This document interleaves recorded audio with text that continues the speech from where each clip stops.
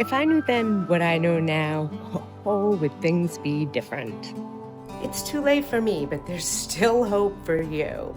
I'm bored out of my skull, okay? I truly am, so. My name is Shawn, and 4 years ago, I made a decision that changed everything. I was done working for anyone else. That very day, I became a small business owner, a creator, a maker, and the CEO of my home in this beautifully chaotic life I'm learning to navigate. This is the unfiltered version of my life lately. The real, the messy, and the magical parts of building something that's mine.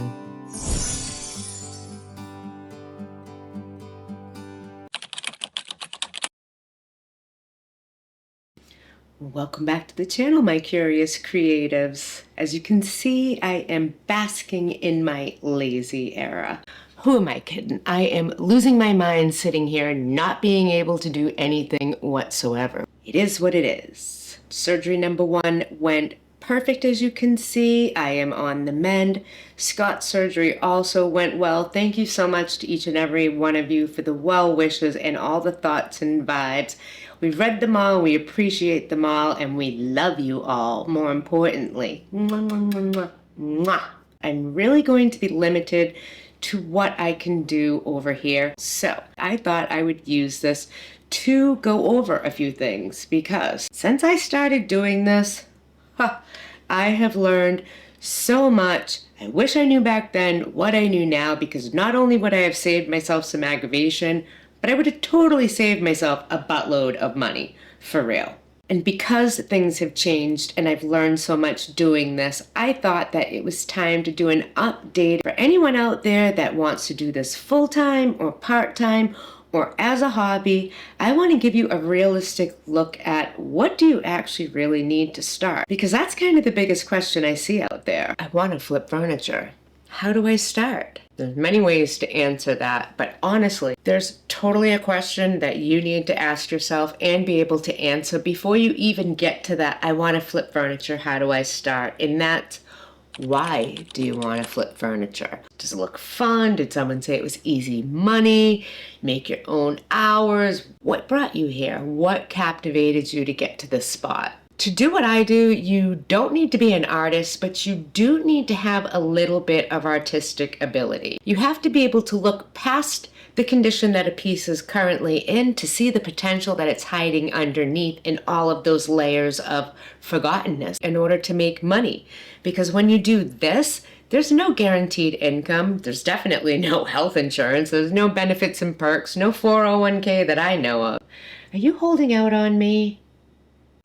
I didn't think so. It's something that I decided to do because it was a passion. This is the most rewarding job I've ever done, but it's also the most frustrating job I've ever done. In this business, your time is your money. Your product is your money. Anything you waste with stalling or throwing out or starting over or giving up, all of these come into factors when you're working for yourself. You literally could have the best plan and the best vision going for your piece, and you've even got money and time invested towards that vision, and then all of a sudden, in one simple instant moment, it just doesn't work anymore. Do you know how many times that's happened to me? If I had $1 for every time I had to pivot, well, let's just say I'd have a lot of money. Sometimes what you see isn't what it wants. Listen to the furniture. It will talk to you. And no, I'm not crazy. Well, maybe I am just this much, but not about furniture talking. It totally does. Another thing you need to think about is, even though you don't need artistic ability to do this, you've got to have that vision I talked about. And you can't be one of those ones that gets a piece and has literally zero idea what to do with it and is always asking somebody, what do I do? What do I do? What do I do? You can ask, you can draw blanks. That doesn't mean anything. It's if you have to do it all the time. If you have to rely on someone else's idea and vision to make you money each and every time you have a piece, then seriously, maybe it's just not for you. If you're still with me after answering both of those questions, the next question you need to ask yourself is, what kind of furniture flipper are you gonna be? Are you gonna be a custom, one-of-a-kind art maker like I am? or are you going to be a safe seller? And there's nothing wrong with either one that you choose. Custom one-of-a-kind pieces are furniture alchemy, if you will, and something that I absolutely love and I miss so much. For me, I want to create custom functional works of art, one-of-a-kind pieces, pieces that nobody else is going to have except the person who bought it. That's what I like. But that doesn't mean every now and then I don't play it safe or know when to not pull out the alchemy and keep all of the original character that the piece has. Like with my Eastlake pieces. I wouldn't dream of painting one unless they were absolutely positively beyond any scope of help, then I'd paint it. Other than that, that's like a sin. You just, like, no, not doing that. No way. But knowing the difference is the key. You have to have a little bit of this in you. That's not to say that you can't grow and expand and get better, because believe me, I didn't start knowing anything, although I really thought I did. Now that we've gotten past all that, let's get past the influence that's pushed upon us out there and de-influence ourselves with the honesty of what do you really need to do this, whether you want to do it full-time, part-time, or as a hobby. Because when I started out, I started by watching all of these amazing furniture flippers on YouTube, and I loved what they did. Some played it safe, some took it to extremes, but they all made it seem like I had to have everything they had to do it. And I'm one of those types of people. If I think I need it, I'm going to get it. It's going to happen, and that's that. And much to Scott's dismay, you know, I still have things 4 years later that I haven't even opened, okay? I had to have the latest and greatest spray gun because, you know, spraying it is the way to go. No, it's actually not. It's a hassle, in my opinion. You have to adjust it, manipulate it, learn the right formula for that spray to get that amazing smooth finish and not some orange peel crappy looking finish. You also have to clean all that up, and there's many pieces that go with it. What I learned is that with the right brushes and the right rollers, you can get the same finish. And to me, it's therapy. That's part of the fun.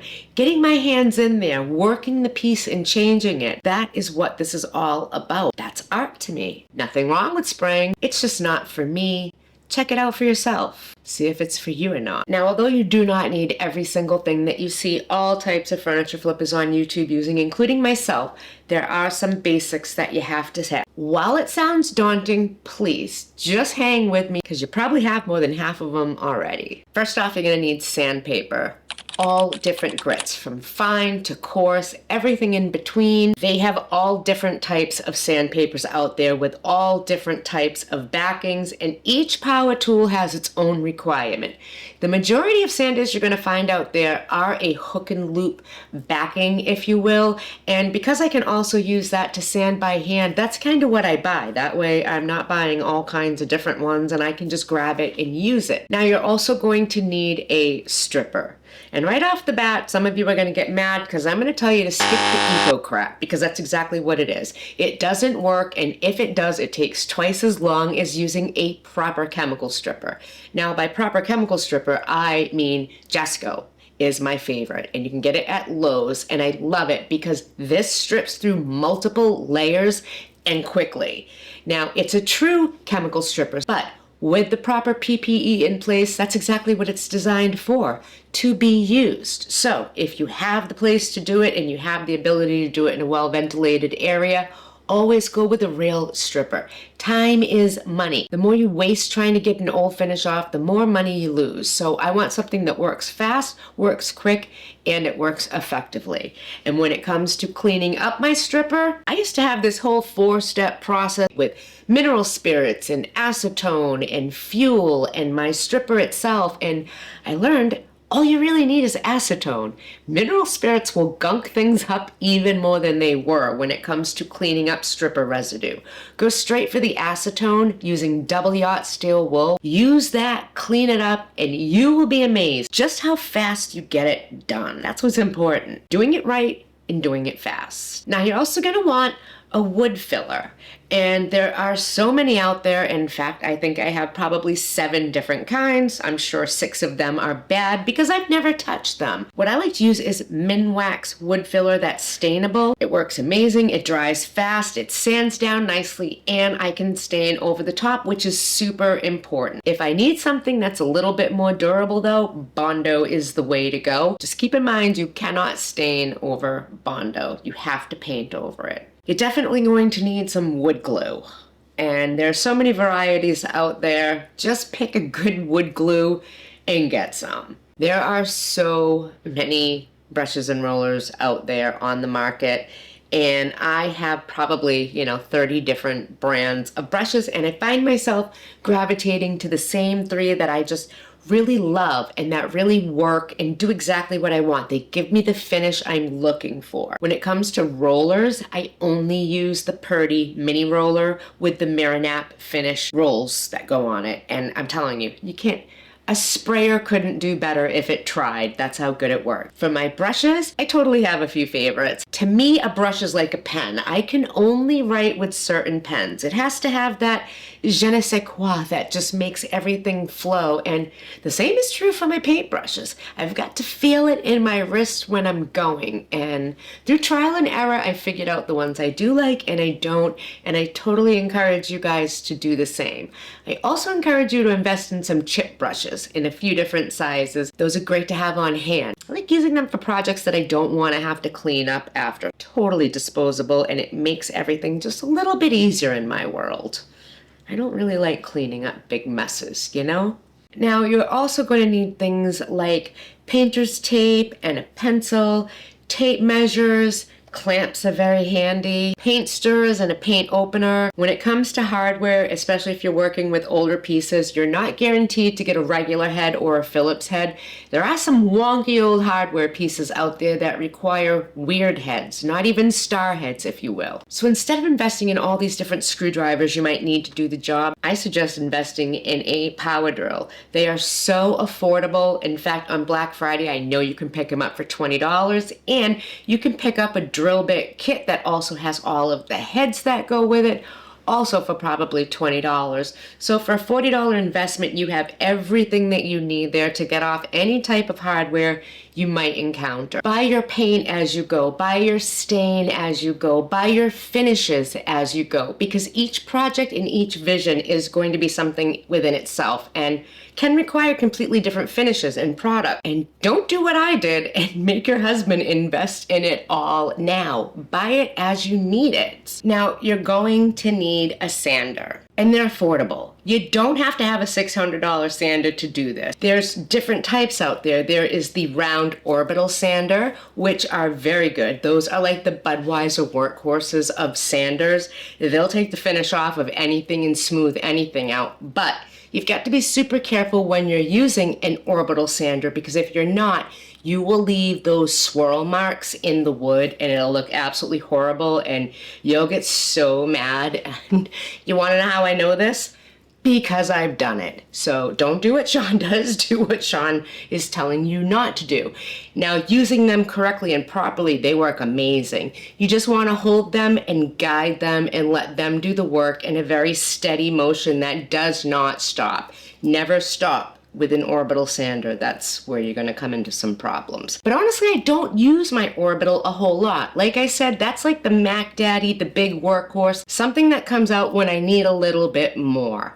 I kind of use my Surf Prep Pro, which, let me just tell you, and I'm not going to tell you who did it. I was influenced right into buying this thing straight away. Had to have it. You have to have this to make furniture like she does. Am I sorry I bought it? No. I was influenced into buying it, and it's mine. A little palm sander or mouse sander, whatever you want to call it, from Lowe's is kind of really all that you need to start this with. And if you don't even have that, you can totally sand by hand. The realistic side of this business is you don't need everything I have to do it. What you do need is your first piece. You do need a little bit of the vision, a direction, something that you see when you see that piece that gives you a spark of how you're going to do this, and then pick your stuff up as you go. If you find you love this and you want to get into more mixed media, go buy the molds, go buy the resins, go buy the stencils, go buy the stamps, go buy anything and everything that your heart desires to build up the inventory you have in your studio that you can use on your pieces. And that's where I'm at now. Now, granted, I did make my husband spend a lot of money in the beginning, and it was quite stupid. There was really no need for all of this because I was only working on one project at a time. But that's me. If I get something in my head, I'm obsessed. I have to run with it, and I have to learn it all. I want to do it all and try it all, and that's my downfall. I want to do everything, and there just isn't enough time in the day to do it all. So I'm trying to save you all that grief by telling you you don't need all that. You just need the basics. It sounds like a lot, but it's a totally manageable investment to start because I'll guarantee you have at least half of these items or more already in your home, wherever you keep stuff that you need for life. Because that's kind of what these things are. You use them to move into an apartment, you use them to fix something. So you might not have to invest in anything other than finding your piece in the paint and the finish. Now, there's a few other things that are very important when it comes to doing this that seem to be afterthoughts that nobody ever thinks about, but truly, these are things you have to think about before anything else even. Do you have the space to do this? Where are you going to do this? Where are you going to store your pieces? Sometimes you might have done something to a piece where it can't be touched for 24 or 48 hours. Do you have a place where that can sit untouched and undisturbed, or are you going to be moving things all the way around to accommodate? You've got to have a place for things to dry where they won't be touched, but you don't necessarily need a studio like this to work in. I started out working in a lean-to. You could even work outside under a tent. Get one of those pop-up canopies and start doing your furniture that way. You could even put sides on it and have that be the place where it cures and dries.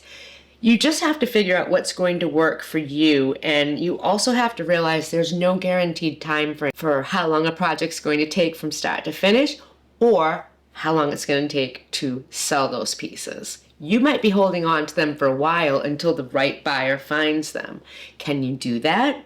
Or is it going to be a problem? That's the biggest question I see in my groups. I don't have any place to put it, but I want to do this. Well, you've got to have a place to put these, even in the smallest degree, where it won't be touched and it won't be bothered and it can sit and it can cure. It is the bare minimum requirement of this. You have to do what you have to do and you have to work with what you can. But it's always best to stage real time than it is to have somebody else stage it for you in a program. Even if it takes moving something in your house out to put it there. I've also seen someone have like this reversible wall on wheels, and they just pivot it around to stage their pieces in the garage when they're done. And it's actually kind of a really cool concept because the back side of it, they have their tools hanging on, and then when they need to take a picture, they literally pivot around, put it back.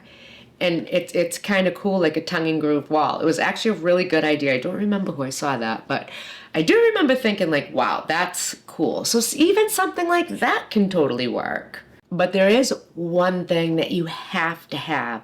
And if you don't have it, you just can't do this at all because it's not going to work. And that's confidence. Because if you have confidence and you believe that you can do this, you totally can. That is my motto in life. I have followed that forever. I 100% believe in that factor. And if you believe in yourself, you can do it.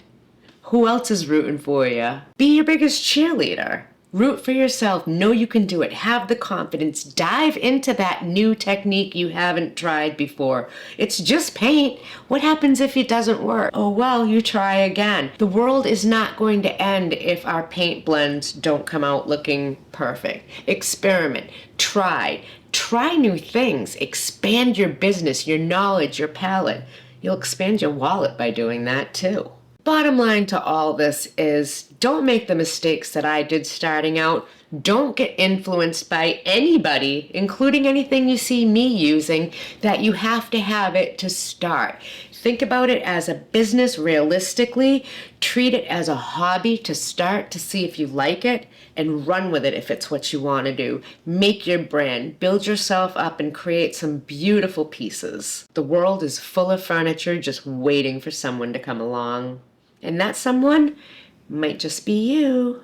That's it. That's my spiel on how you can flip furniture the realistic way, the way that's not going to break the bank, with what you truly, really do need. I wish you all the best of luck. If it's what you want to do, follow your heart. Don't let the frustrating days get you down. Come back and don't throw that towel. If it's in your heart that this is what you want to do it, man. This is the best decision I have ever made. I have never been happier in my life working. Is this working? It doesn't even feel like working, but I guess technically it is working. And I've never been happier doing it. Although I'm kind of miserable right now, but that's going to change because I think I've come up with a couple of things that I can do. So make sure you hit that subscribe button if you haven't already. Turn on that notification bell, because it's going to be funny, if nothing else, trying to watch me use my left hand to do things. And we're going to have some fun transforming stuff still, because this isn't slowing me down. I might not be able to do everything I want to do, but I'm coming to hang out with you guys one way or another. Thanks for joining me today, guys. I hope this has helped you. I hope this has actually given you the inspiration you need to do it. I hope that if you were waiting for that sign and that push to do it, this is your push. Do it now. All right, guys, I will see you again real soon with something a whole lot more fun, I promise. So until next time, stay grounded, stay glowing, and always stay in your element. Bye, guys.